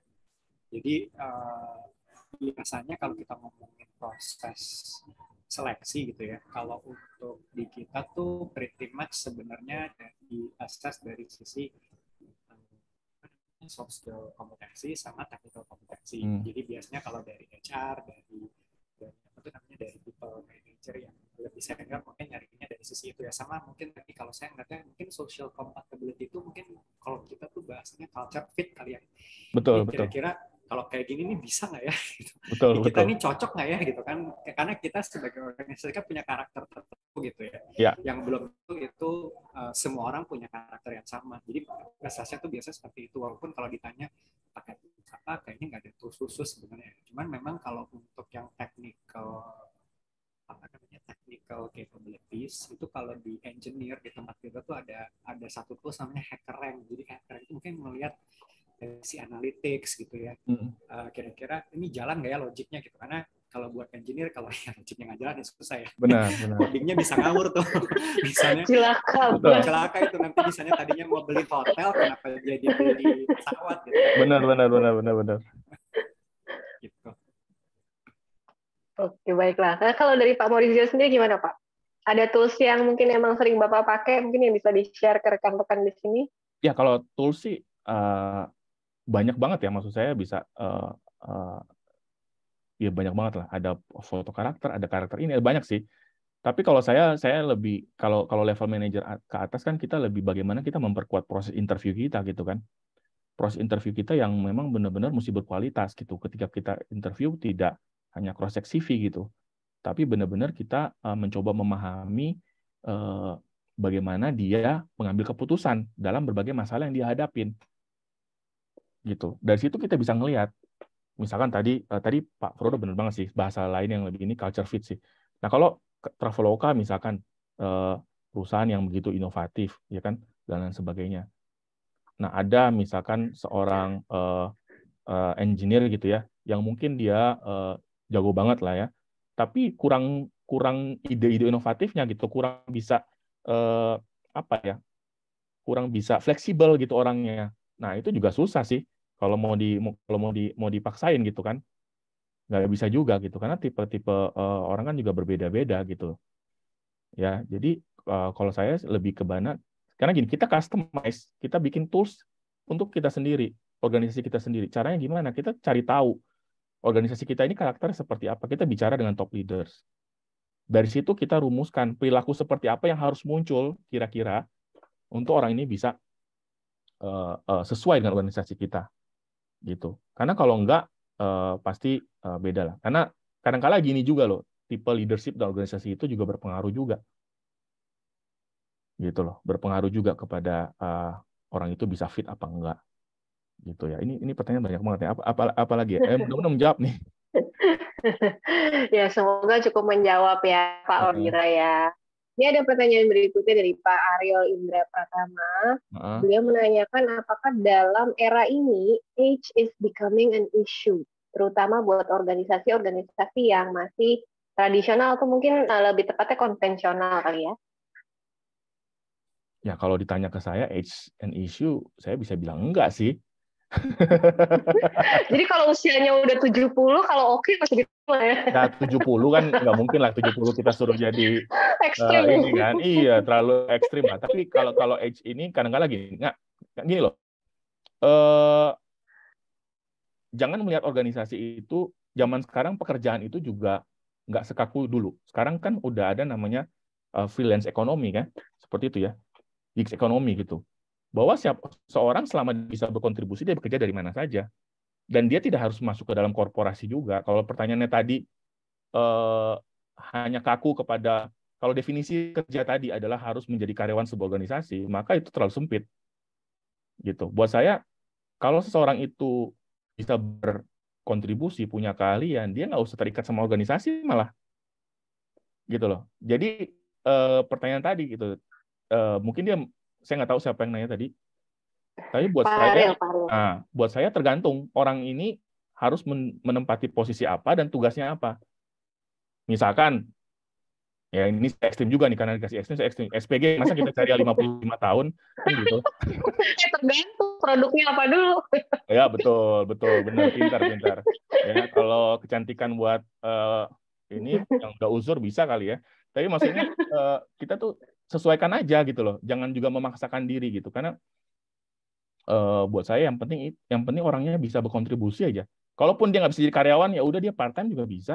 Kalau dia bisa coding di rumah 60 tahun, asal masih bisa lihat kode-kode. Why not ya? Selama masih bisa bermanfaat untuk organisasi ya. Iya gitu loh. Ya kan? Jadi sekarang itu lebih bebas loh. Orang bisa bekerja dari mana saja, nggak termasuk usia aja. Bahkan nggak lihat mukanya juga bisa kerja kok. Jadi nggak usah lihat muka deh. Kita nggak tahu dia umur berapa. Yang penting lo selesaiin nih ininya kan, aplikasinya gitu, kasarnya gitu. Oke. Iya kan? Baik. Ada kayak Snappy ya. Aduh, saya jadi promosi. Get things done. Oke nih, pertanyaan berikutnya nih dari Pak Freddy Gunawan. Nih, bagaimana mengatasi turnover Gen Y dan Gen Z yang semakin tinggi dalam beberapa tahun terakhir? Nah, mungkin bisa ke Pak Frodo nih. Pasti banyak yang Gen Y, Gen Z nih ya di Kaploka, Kak. Iya. Oke. Saya dari mana ya berangkatnya? Mungkin dari mana kebanyakan gitu. Tapi memang kan kalau dari sisi apa sih namanya, dari sisi dari sisi nuansa gitu ya, atau dinamikanya kan memang Gen Y, Gen Z ini memang beda banget gitu ya. Maksudnya kalau dibandingin kolonial kayak saya gitu yang umurnya udah hampir 50 gitu ya, mungkin kadang-kadang juga susah gitu mereka. Tapi mungkin gini lah ya, mungkin my biggest revelation itu pada saat tadi kan saya sempat cerita tentang career framework ya. Kita coba bikin tuh ekspektasi di produk di mana kalau dalam level yang sama tuh kurang lebih mestinya mirip-mirip gitu ya. Jadi kalau misalnya mau saling banding-bandingin gitu, oh ya kok kerjaan gue sama dia kerjaannya sama gitu ya, sama beratnya misalnya. Nah, saya itu kan bukan dulu ya, mostly itu saya tuh belajar banyak dari FMCG. Jadi yang organisasinya mungkin udah lumayan lebih mature gitu ya. Dimana tuh kalau di dalam FMCG biasa kalau kita ngomongin ini pada familiar sama terminologi HR ya saya harap. Jadi kalau misalnya kita bicara satu grade itu biasanya dia broad banding gitu. Jadi kalau misalnya pakai Hay atau pakai Mercer Position Class gitu ya, dalam satu posisi itu bisa jadi dia multiple PC. Jadi misalnya satu grade gitu ya, dia PC-nya 50 sampai 53. Karena memang mulai dari dia masuk sampai dia keluar ke posisi berikutnya, itu skill set yang dia acquire itu memang swing-nya lumayan jauh. Saya terbiasa dengan konsep kayak begitu gitu. Ngapain sih dibikin terlalu granular gitu? Karena kalau misalnya terlalu granular juga ada downside-nya gitu ya, dari sisi apa sih, mungkin flexibility dari sisi range dan lain-lain juga jadinya lumayan ke kunci gitu. Nah itu beberapa kali iterasi karena saya meeting sama leadership team gitu, itu saya baru ngeh gitu di situ. Oh kalau buat Gen Y Gen Z itu produk nggak penting tuh, yang namanya mulai dari masuk sampai keluar itu skill set yang di acquire itu swing-nya jauh gitu. Buat mereka tuh yang penting adalah lebih frequent di promote, progression-nya mungkin lebih bite size lah gitu. Jadi lebih fancy kalau misalnya sekarang itu saya analis, besok jadi senior analis, dari senior analis jadi associate manager dari senior associate. Nah kalau kayak gitu cara mainnya gitu kan, memang nggak bisa yang tadi saya bilang broad banding itu it won't work gitu. Sistem yang udah dipakai sama organisasi yang udah itu bisa dibawa begitu dibawa konteks sekretariat kok kayaknya nggak kena gitu ya. Jadi ada caranya waktu itu kita bikin, oh ya udah kalau gitu kita bikin aja nih sangat granular jadinya, jadi kayak satu posisi itu satu position class gitu ya. Jadi memang konsekuensinya skill set yang di acquire dari dia masuk satu posisi ke begitu dia masuk satu posisi dia pindah ke posisi berikutnya memang nggak terlalu ekspektasinya nggak terlalu banyak berbeda sebenarnya, skill set yang di acquire juga nggak terlalu banyak berbeda. Nah itu sebenarnya salah satu strateginya kita gitu kan, kita lihat wah kalau dibiarin aja nih misalnya satu grade gitu ya itu ada multi posisi itu nggak bisa lah, kalau di kami itu kayaknya nggak relevan.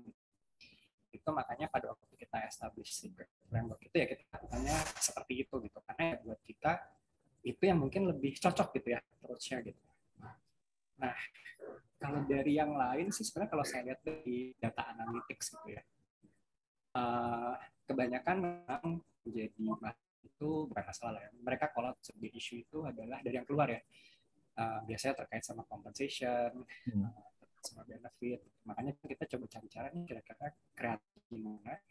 Tapi at the same time yang tadi Pak Moritz bicara tentang employment cost itu juga nggak jebol-jebol amat lah gitu. Betul. Ya. Karena rasio sehat itu tuh sepanjang pengetahuan saya mestinya tidak lebih dari 35%. Jadi kalau kita ngomongin total 33 jadi 1, nah proporsi employment itu mestinya lebih dari 35%. Yang tuh tadi saya cerita tentang, oh ya udah deh kalau gitu yang kita coba mainin dari sisi bonus strategi gitu, not so much di tempat yang lain gitu. Karena memang implikasinya buat secara finansial buat kami itu lebih kejaga gitu ya. Karena itu bisa solid gitu. Nggak melebar kemana-mana lah, karena kalau misalnya di tempat lain ya tentunya kita bicara apa long-term liabilities itu akan lebih berat ya sebenarnya gitu. Jadi dari sisi itu kita ya lakukan juga gitu ya. Ya cuman memang kalau ditanya sekarang gimana ya attrition rate-nya gitu, kalau saya lihat sih sebenarnya nggak banyak berbeda jauh ya. Jadi kalau saya bandingin data periode Januari sampai dengan Juni tahun lalu dikompres sama Januari sampai Juni tahun ini, itu nggak terlalu banyak berubah sebenarnya. Tapi primary reason-nya aja yang mulai shifting gitu. Jadi yang tadinya hal yang terkait sama compensation itu ada di poin nomor 1, nomor 2, sekarang udah geser ke bawah. Ya, jadi itu sebenarnya indikasi ya, gitu. Ya, probably worth it yang kita udah lakukan gitu ya. Itu kali yang saya bisa share ya. Jadi ya kuncinya mungkin lebih arah invent what is useful gitu ya, karena balik lagi best practice di luar sana tuh banyak banget gitu ya. Tapi how to make it relevant to us, to our organization, yang menurut saya jadinya penting sih gitu. Betul. Oke, baiklah. Saya kira cukup dari Pak Frodo saja kali ya. Jawabannya udah lumayan panjang, udah menurut saya Iya, komprehensif banget tuh. betul, betul. Itu isinya udah kuncian semua tuh. Iya, Semoga oke. cukup menjawab ya, Pak Freddy Gunawan. Oke, pertanyaan berikutnya dari Bapak Rama. Beliau bertanya, dalam suatu organisasi manufaktur, turnover karyawan itu sangat rendah. Pertanyaannya, development organisasi dan people-nya, serta change management strategi apa yang tepat untuk manufacturing ini? Menarik nih, saya bisa kebayang banget. Turnover yang rendah itu kunci bahwa banyak orang lama di sana. Itu dia mau bilang banyak orang tua ya, sorry banget. Banyak orang stay situ for forever gitu kan. Iya. Nah, itu memang challenging sih, karena mereka kepada change itu cenderung resistance beberapa. Ya, tapi kita harus bisa melakukan, harus bisa memilah-milah sih. Ada juga yang memang udah nggak mau berubah, ada yang mau berubah. Kita harus lakukan assessment dulu sih. Ya, kalau saya dulu melakukan itu, kita lakukan assessment dulu. Ada kan dulu program-program training leadership atau apa, di situ kita bisa lakukan observasi. Siapa yang memang masih bisa berubah dan yang memang udah top stop gitu. Dari situ baru kita bisa kelola nih. Nggak bisa nggak sih kita juga organisasi ini. Kalau di Prasmo tuh diajarin tuh selalu people follow strategy gitu ya. Bukan strategi follow people gitu. Jadi kita nggak bisa mendesain strategi karena people. Jadi strategi bisnis is above everything gitu kan. Nah, jadi dari bisnis, misalkan bisnis mau berubah, ya kita berubah. Gimana caranya di bawah masih ada orang-orang yang berubah. Kita kelola. Siapa yang mau ikut, siapa yang nggak ikut. Yang nggak mau ikut, baru kita pilih lagi. Benar-benar nggak mau ikut tapi ada kontribusi, oke lah. Kamu stay di situ gitu kan, di posisi itu. Tapi kalau benar-benar nggak mau ikut juga nggak mau kontribusi, ya udah. Saya bisa bilang itu ya pil pahitnya yang harus diambil gitu loh. Tapi again, bisnis is ya tadi bisnis strategi itu harus menjadi koridor utama gitu loh. Nah tadi kan ngomong people development-nya seperti apa, makanya tadi kita jangan ngambil keputusan yang terlalu cepat juga ya, lakukan assessment lah ya, assessment dulu gitu. Dan kita tahu apa yang kita mau dulu gitu ya, tahu dulu. Oke, kita mau mengarah ke sini nih, kita mau berubah ke arah sini nih. Oke, kita butuh orang seperti apa sih? Nah baru kita lihat lah. Jangan lihat umur deh, lihat dia mau berubah apa enggak, dia mau belajar hal baru apa enggak, kayak gitu kan. Dia mau kan ada juga yang memang mau belajar hal baru juga, ya kan. Ada juga yang punya kontribusi yang signifikan buat organisasi. Nah itu kita harus tahu gitu loh. Kita harus punya data yang kita harus tahu, baru kita bisa kelola gitu. Itu sih. Oke, baiklah. Kita ke pertanyaan berikutnya aja ya. Semoga cukup menjawab ya, Pak Rama. Dari Pak Fadli, beliau menanyakan saat ini kan ada tren layoff di beberapa perusahaan startup. Sebenarnya kayaknya nggak cuma startup doang ya. Kayaknya yang konvensional pun mungkin ada beberapa juga. Nah, apa yang terjadi? Apakah people yang direkrut ternyata tidak sesuai dengan bisnis model startup yang agile? Apakah justru memang bongkar pasang people dalam perusahaan startup justru diperlukan? Dalam artian ada resources yang cocok di stage awal, ada yang cocok di stage growth, dan ada yang cocok di stage mature sebuah perusahaan. Gimana? Mungkin saya tanya ke Pak Frodo dulu mungkin ya. Startup nih. Ini mungkin saya bicara dalam konteks tech industry secara general.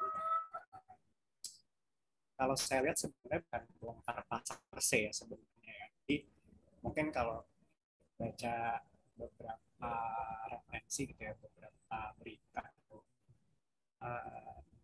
ada dua hal sebenarnya saya lihat kenapa sekarang yang namanya resource itu jadinya benar-benar precious commodity, dan mungkin kalau udah keburu jebol ya harus bikin keputusan lumayan susah gitu ya. Yang pertama itu dari sisi appetite dari investor tuh sekarang mulai bergeser gitu ya. Jadi kalau dulu investor itu bicara tentang potentials, apa namanya, revenue-nya kira-kira akan berapa segala macam tuh buat mereka pada waktu itu memang itu yang dicari gitu ya. Tapi sekarang ini kalau bicara investor tuh mereka udah melihat oke, kalau saya taruh uang di situ saya expect-nya return dong ya mestinya. Kalau duit gak cuan kok kayaknya gimana gitu kan. Nah, jadi ini mindset investor tuh juga udah mulai bergeser gitu. Dengan dinamika seperti ini kan mau nggak mau akhirnya para pemain di sektor tersebut kan jadinya juga berpikir gitu ya. Oke, berarti yang tadinya bisa bakar-bakar duit enak hati gitu ya, sekarang udah nggak bisa kayak gitu lagi gitu, karena dilihat revenue-nya berapa, profitability-nya seperti apa gitu.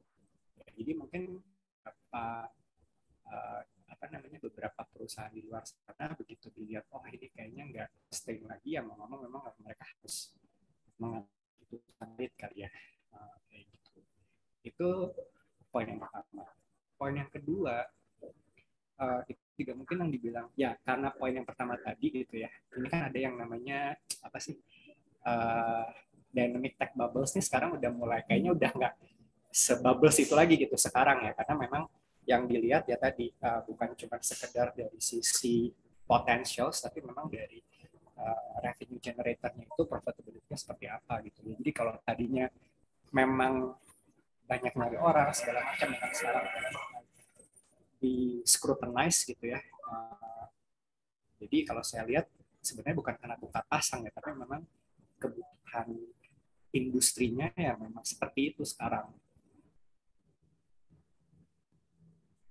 Sekali yang dari saya. Makanya tadi kalau saya ingat presentasinya Pak Moritz tuh yang ngitung manpower planning, kira-kira implikasi itu yang menurut saya memang penting gitu. Itu kan harus di-compare gitu. Itu masih healthy nggak sih apa namanya rasionya gitu ya. Kalau tadi saya bilang ya yang sehat itu kurang lebih nggak lebih dari 35% dari total cost. Memang benar-benar exercise itu yang menurut saya memang harus dilakukan sebenarnya. Oke, baiklah. Terima kasih Pak Prodo. Jadi sebenarnya karena layoff-nya itu lebih kepada kebutuhan organisasi ya, bukan karena emang ini ya, berencana untuk di layoff sih. Mungkin seperti itu kali ya. Terus ke pertanyaan berikutnya dari Pak Rizal. Beliau bertanya bagaimana membangun social capital agar cepat agile yang di dalam organisasi di mana terdapat banyak generation di dalamnya sehingga ada gap umur yang jauh. Oke, ini masalah umur kayak seru banget ya, dari tadi banyak ngomongin masalah umur. Sebenarnya kalau buat saya sebenarnya nggak masalah gitu ya. Jadi gini, kalau social capital organisasi kan intinya kata kuncinya adalah collaboration sama information sharing. Ya, bagaimana kita mampu berkolaborasi, bagaimana flow information itu dari ujung organisasi ke ujung organisasi yang lain itu bisa mengalir dengan sangat cepat. Bagaimana decision making itu bisa lebih komprehensif, kan seperti itu sebenarnya. Ya. Jadi saya bisa bilang kita harus bisa, again kita harus bisa menganalisa sih, selalu mulai organization development initiative apapun itu melalui assessment dan analisis dan data. Kita mulai dari situ selalu. Ya, pendekatannya akan selalu sama. Kita dapetin data, kita analisa, gitu. Baru kita bisa lakukan inisiatif gitu ya. Bangun platform yang sama misalkan. Platform untuk information yang sama, misalkan seperti itu. Ya kan? Increase understanding antara satu departemen dengan departemen yang lainnya. Bahkan saya bisa bilang dari proses rekrutnya juga udah harus merekrut orang yang punya kemampuan untuk berkolaborasi, punya social question yang baik. Gitu loh. Seperti itu. Orang yang mau bekerja sama, mau share informasi, nggak keep the information. Kemudian dari tataran leadership-nya juga harus punya karakter seperti itu, leadership development. Jadi pendekatannya ke seluruh fungsi dari ISA sendiri dan dibantu oleh teknologi, dan kita juga mulai mengubah cara kita menyelesaikan pekerjaan. Modern kan cara menyelesaikan pekerjaan kita juga harus pendekatannya harus berbeda gitu loh. Gitu ya. Tadi sempat sebut mengenai produk ya, product based dan sebagainya gitu ya. Gitu. Kalau di Agile kan kita juga base-nya dari sana gitu kan. Kita mau bangun solusi apa nih? Baru sisanya kan pekerjaan dibangun berdasarkan itu gitu. Bukan seperti ban berjalan ya dalam manufaktur yang ujung kerja kemudian next nggak seperti itu gitu. Ya kan? Jadi cara menyelesaikan pekerjaan juga harus berubah sih. Gitu. Oke, baiklah. Semoga cukup menjawab ya, Kak Rizal. Ya, intinya kalau walaupun sudah berumur harus tetap asik, Pak. Oh, banyak yang keren-keren kok berumur juga. Iya, makanya. Jadi sebenarnya menurut saya kalau juga nggak ada masalah ya kalau nggak ada masalah. Sebenarnya kalau orangnya tetap asik ya, kita dengan aktivitas yang terjadi saat ini mungkin juga bisa menjalin kolaborasi dengan Gap yang mungkin Betul. umurnya jauh ya. Betul. CEO-nya AirAsia, Tony Fernandes, lihat aja di Instagramnya dan bagaimana dia mengambil keputusan. Oh. Jauh lebih agile dari yang muda-muda sih kalau saya bilang. Tapi makanya it's not about the ini kan, tapi dia mau belajar hal baru apa enggak gitu. Iya, Bukan masalah setuju. umur. Baiklah, ini pertanyaan berikutnya dari Wenli. Ya, dia bertanya bagaimana menghadapi turnover karyawan untuk generasi saat ini yang biasanya kerja tidak sampai 2 tahun. Program apa yang pernah dijalankan untuk meretain mereka? Mungkin ini pertanyaannya tadi udah sempat dijawab kali ya sama Pak Frodo ya. Jadi saya skip saja. Terus pertanyaan berikutnya, oh ini rasa sambungan dari Pak untuk level menengah ke atas. Untuk yang pertanyaan Oke, ini saya langsung ke Pak Rido saja mungkin. Izin bertanya terkait reward dan managing cost. Apakah program flexi benefit bisa menjadi solusi buat suatu perusahaan? Program flexi benefit apa ya? Mungkin coba bantu jawab aja kali ya. Oh iya. Ini mungkin pengalaman saya dulu waktu di EG sama di Morris. Jadi sebenarnya kalau mau bicara tentang apakah flexi benefit sebenarnya bisa potentially bisa ada saving dari situ tuh sangat tergantung dari gimana kita mendesainnya gitu ya. Jadi kalau dulu di Sampurna itu ada beberapa benefit yang indeks conversion-nya itu tidak 1:1. Jadi misalnya saya punya 1 juta di medical gitu ya, medical benefit misalnya, itu tidak konversi 1 juta juga untuk benefit yang lain gitu. Jadi dia punya conversion rate. Nah, kenapa sebenarnya perbandingannya itu tidak 1:1 untuk medical misalnya saya mencontoh gitu ya. Karena sebenarnya medical itu the way company melakukan budgeting itu kan dilakukan accrual. Tapi actualnya biasanya akan lebih daripada accrualnya. Nah, biasanya saya misalnya untuk karyawan medical benefitnya misalnya 30 juta gitu ya per employee gitu. Tapi in reality itu 30 juta itu tidak semua employee itu spending 30 juta. Itu ada converse. Jadi kalau dihitung total spending setahun, jadi yang udah di-approve 30 juta per tax misalnya atau per kepala, itu in reality kita lihat angka setahun itu biasanya nggak nyampe segitu gitu. Hanya seperberapanya gitu. Nah, biasanya makanya tadi ya yang saya bilang kenapa jadi penting gitu running people analytics itu seperti itu. Kalau misalnya konversinya 1:1, yang tadinya kita mau saving jadinya nggak bisa. Karena ya yang tadinya bahkan mungkin nggak di-spending di medical, karena yang 1 juta itu bisa dikonversi buat beli yang buat benefit yang lain.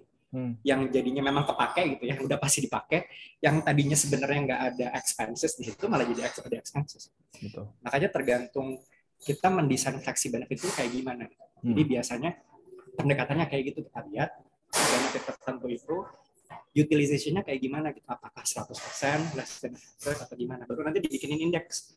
Kalau saya mau konversi, saya punya medical, misalkan saya masih muda, saya butuh ini, kemana, mendingan saya beli misalnya gym membership, itu biasanya nggak 1:1. Jadi kita lihat dari utilization rate-nya kayak gimana, jadi kalau dikonversi itu yang make sense berapa. Jadi kalau tujuannya ada 2 gitu ya, misalnya memberikan opsi lebih banyak kepada employee, bisa mengambil benefit yang lebih relevan buat mereka gitu. Kita at the same time mau saving, mendesainnya harus kayak gitu. Tapi yang jadi challenge ya pasti pada saat communicate ya. Kenapa ya benefit saya yang 1 juta ini nggak bisa saya beliin buat yang lain 1 juta juga gitu. Itu yang memang lumayan mungkin akan lumayan challenging gitu ya untuk bisa educate orang. Hey look, ini sebenarnya kita kasih flexibility, kita kenapa nggak conversion-nya 1:1 misalnya, karena reason-nya ini. Oke, baiklah. Semoga cukup menjawab ya. Mungkin Pak Maurizio mau menambahkan terkait program flexi benefit? Ya, tadi udah cukup lengkap sih. Maksudnya memang cost itu kita jangan terikat sama fix sih. Kita harus bisa pintar memainkan karena ada pengeluaran yang nggak perlu. Memang pengalaman juga saya juga misalkan karyawan kenapa turnover tinggi, mungkin kita ningkatin benefit kesehatan gitu, padahal yang dia butuh adalah transportasi misalkan. Ya ngapain gitu loh. Atau misalkan nih yang ekstrim ya, program perusahaan dengan termasuk mengasuransikan melahirkan, ada tuh. Ngapain melahirkan di asuransi? Emang semuanya mau melahirkan gitu kan? Kalaupun iya kan, wanita juga belum tentu dia mau melahirkan, belum tentu dia udah nikah. Jadi harus bisa fleksibel sih. Gitu. Yang penting saat mereka butuh ada gitu kan, maksimal. Dan sekarang orang lebih butuh cash loh, percaya aja lah. Lebih butuh serius, lebih serius. Beneran. Pastinya Itu lah.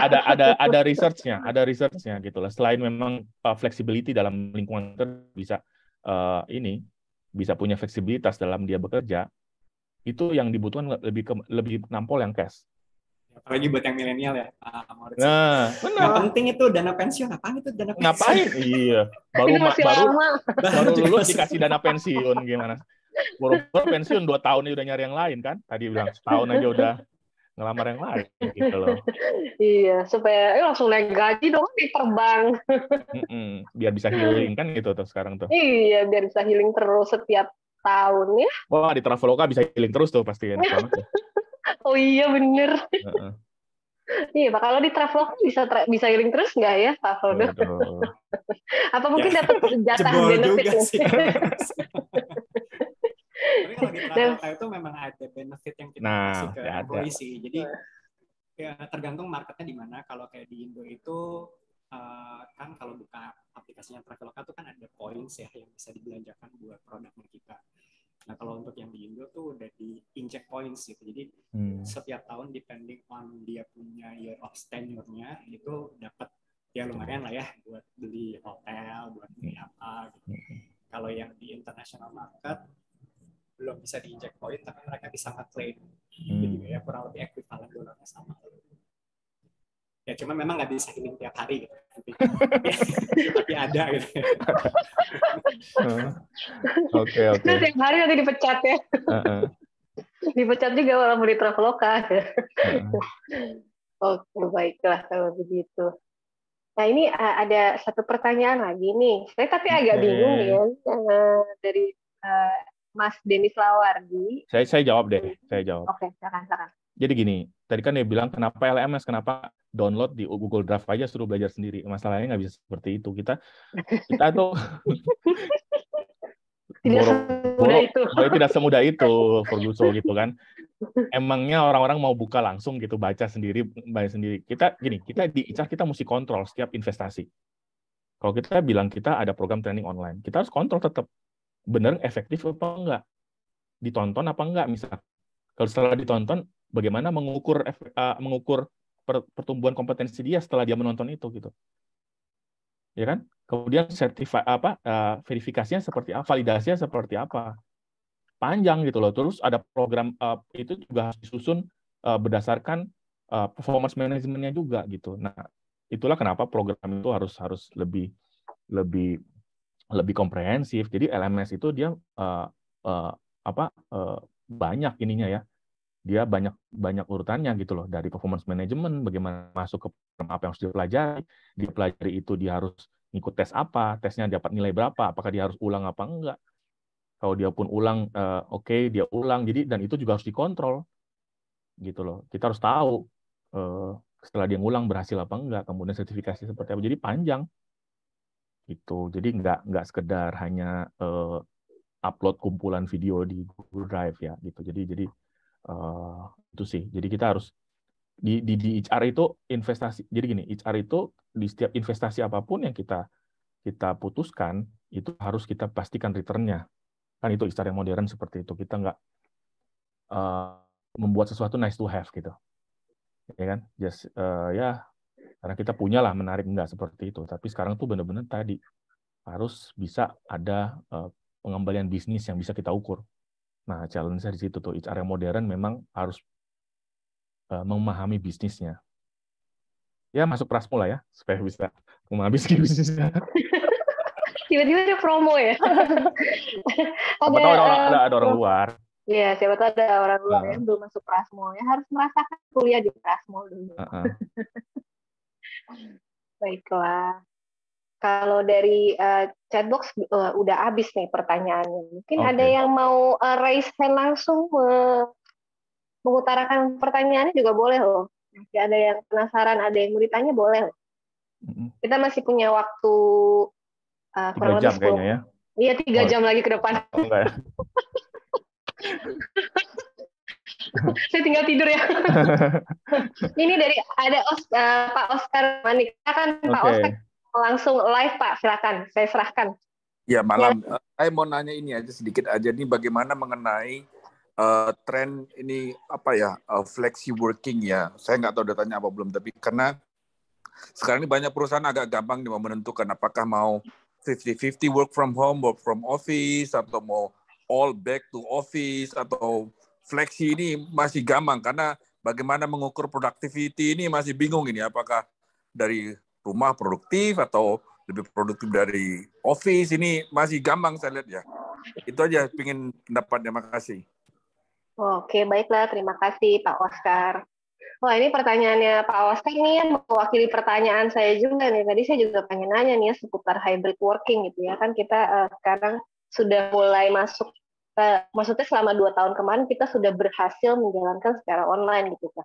Apakah sekarang di tahun 2022 kita harus kembali ke istilahnya zaman batu kali ya, jadi offline lagi full, atau mungkin kita tetap online, atau mungkin kita harus 50-50 nih. Gimana Pak? Silakan Pak Frodo dulu kali ya. Ya. Tadi kan saya udah share ya sebenarnya tentang kayak di Traveloka itu gimana gitu ya.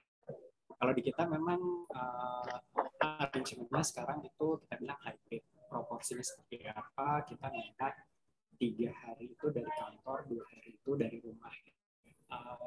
Sebenarnya ini lebih ke arah kita pengen istilahnya tuh kita ngelihat, dan ini bukan cuma dari sisi manajemen ya, tapi juga ada feedback dari employee juga gitu. Bahwa sebenarnya ada beberapa hal yang kayaknya kok lebih cepat bisa selesai kalau ketemu tatap muka gitu.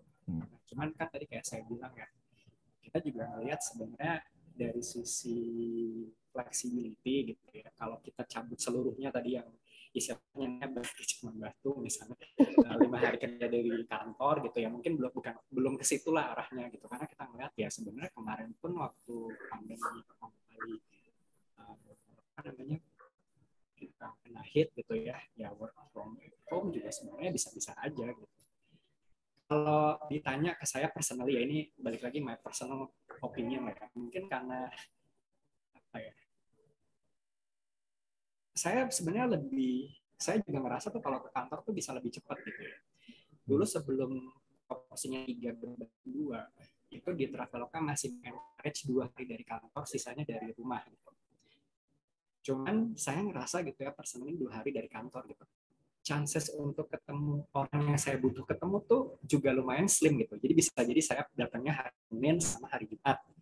Sementara yang saya orang ketemu misalnya datangnya itu hari Selasa dan Rabu misalnya. Ya fisik di kantor gitu, tapi reality jadinya virtual juga gitu kan. Orang saya cari nggak ada di kantor gitu kan. Jadi saya lihat sebenarnya dengan proporsi 3/2 seperti sekarang gitu ya, chances untuk ketemu orang yang butuh itu lebih besar sebenarnya. Jadi dari sisi aktivitas juga jadinya lebih optimal sih kalau menurut saya. Oke, baiklah. Terima kasih Pak Frodo. Nah, kalau dari Pak Maurizio gimana Pak? Kalau saya sih masuk kantor semua. Oh, kembali ke zaman batu berarti ya? Bukan masalah zaman batu, gini lah. Kalau kita mikirnya mau balance itu karena alasan apa dulu nih? Kalau cuma karena pandemik, buat saya nih, ya ini pribadi nih supaya nggak organisasi. Buat saya pandemic is over. Kalau kita boosternya udah lengkap nih, yang perlu kita pastiin boosternya lengkap apa enggak. Ada yang kalau nggak vaksin atau apa ya itu yang susah kan. Tapi kalau kita udah booster, ini pendapat pribadi ya, booster ini juga saya takutnya dianggap nggak ini program pemerintah. Yang satunya kita work from home karena pemerintah meminta kita. Tapi kalau pemerintah nggak meminta kita work from office. Udah gitu aja. Kalau saya. Tapi pastikan syarat-syarat vaksin sudah dilakukan. Jadi hanya untuk mengcomply kepada regulations dari government, minta misalkan 50-50, oke kita lakukan. Tapi kalau government nggak minta, oke nggak usah 50-50, kita work from office semua. Kecuali ada program work-life balance, ya itu lain cerita. gitu kan. Memang perusahaan pengen kasih kebebasan, nah itu lain cerita. Makanya saya bilang kalau reasonnya pandemik buat saya sih work from office semua kecuali government minta lain gitu. Tapi pastikan vaksinnya udah protokol kesehatan lah dijaga, prokes dijaga, jalan aja karena bosen juga di rumah kok. Percayalah, yang from home juga bosen di rumah, ya kan? Nggak semua juga bisa nyaman kerja dari rumah gitu. Jadi buat saya sih nggak usah dibatkan situ lagi. Work from office saya semua kecuali nggak vaksin ya udah, kamu nggak vaksin ya susah juga ya, kita harus bisa lebih tegas juga sih. Tapi kan saya nggak tahu juga reasonnya apa, atau government minta, udah itu aja kalau saya sih. Oke, baiklah, terima kasih Pak Murdio. Nah Pak Oscar, semoga cukup menjawab kegamangannya ya Pak. Jadi memang berdasarkan kebutuhan organisasi kali ya mungkin ya. Bapak mau ikut peraturan pemerintah atau Bapak mau lebih memikirkan karyawannya dengan work-life balance? Ya, kalau pemerintah kita patuhi lah, pasti kita patuhi. Ya. Makasih Pak. Makasih. Oke, baiklah. Apakah mungkin ada pertanyaan lagi nih? Kita masih ada kurang lebih 5 menit nih. Pertanyaan terakhir, kalau ada yang mau nanya. Buat kedua narasumber kita malam hari ini. Kita akan membahas. Nih Pak Denis nanya lagi nih kayaknya tadi. Oh iya, Pak Denis nanya lagi. Oh iya, bentar. Ini ada chat. Gimana tuh tadi? Ini dia terima kasih aja sih. Terima kasih aja. Oh, ada pertanyaan lanjutannya. Terima kasih. Dia nanya lagi, bagaimana pendapat Pak Maurizio dan Pak Frodo mengenai pre-employment training? Apakah ini adalah sebuah jasa yang dibutuhkan, bukan hanya diinginkan para HR? Misalnya kerjasama dengan SMK untuk train and development skill mereka untuk pekerjaan operator di manufacture sehingga kandidat yang diterima pun lebih ready. Ya ini sourcing strategi aja sih. Kadang-kadang kan kalau kasar gini lah, saya ambil contoh dulu di Plantations ya, saya pernah di Plantations juga. Kalau di pasar udah nggak ada, kita masuk ke dalam lagi nih. Wah, di pasar udah kurangan talent. Kita masuklah ke educational institution kan. Oke, yang udah mau lulus, dapat nggak? Gitu, ada nggak talentnya? Rebutan juga di situ. Masuk lebih dalam lagi. Yang 2 tahun lagi mau lulus, masih ada nggak gitu. Rebutan lagi, kasih beasiswa gitu. Jadi itu sebenarnya hanya talent strategi aja sih. Gitu. Kalau mau kerja sama berarti kan ada shortage talent di dalam internal organisasi itu sehingga dia butuh kerjasama gitu sehingga lebih ready gitu sih kalau buat saya ya. Kalau di Traveloka sih mungkin gini kali ya, saya setuju tadi ini tergantung dari resource sourcing strateginya mau kayak gimana. Kan at the end of the day kan investmentnya kira-kira worth it atau enggak ya gitu. Kita ngeluarin duit segitu tuh kira-kira worth it apa enggak. Nah, kayak contohnya ini kan kemarin ini sampai saat ini ya pemerintah itu kan minta beberapa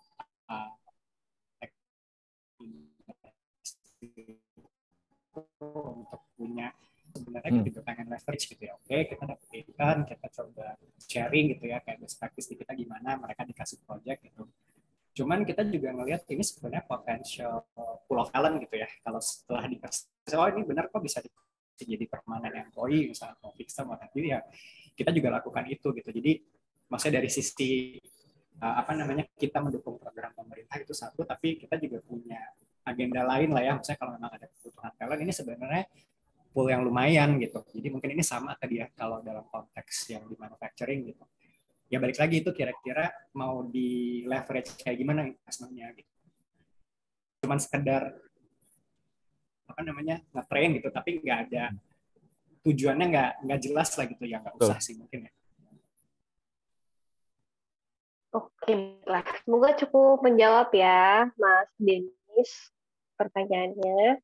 Nah, ini karena udah tinggal 10 menit lagi, saya tutup aja kali ya, Pak Frodo dan Pak Maurizio ya, untuk sesi tanya-jawabnya. Jadi sebelum saya tutup, tapi saya minta tolong Bapak Ibu yang belum mengisi daftar hadir untuk segera mengisi daftar hadirnya. Kemudian di kolom chat box sekarang, ini ada survei, ya, kita ada kuesioner, mohon bantuan Bapak Ibu untuk mengisi kuesioner tersebut sebagai input dan laporan dari kami.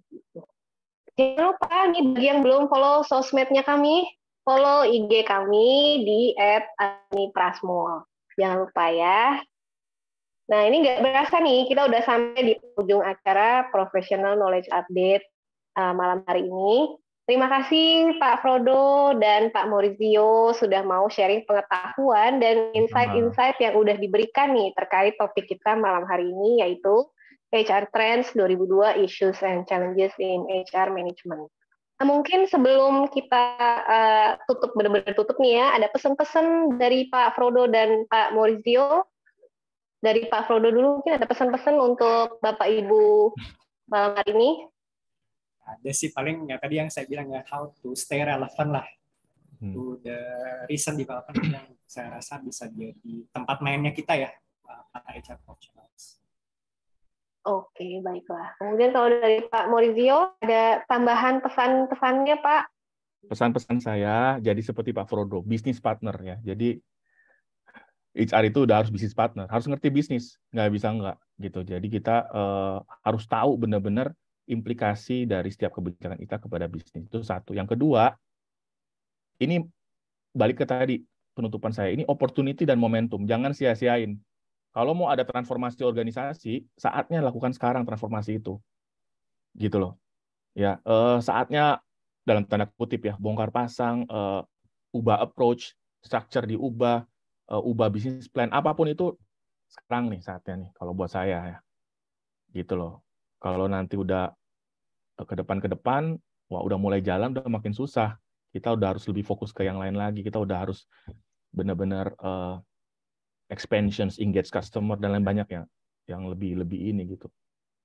Momentumnya gitu. Jangan kehilangan momentum. Itu aja sih. Oke, ini udah mulai terngiang-ngiang ya di saya ya. Don't lose the momentum. Mulai terngiang-ngiang. Oke, baiklah. Terima kasih Pak Frodo dan Pak Maurizio atas pesan-pesannya dan atas sharingnya pada malam hari ini.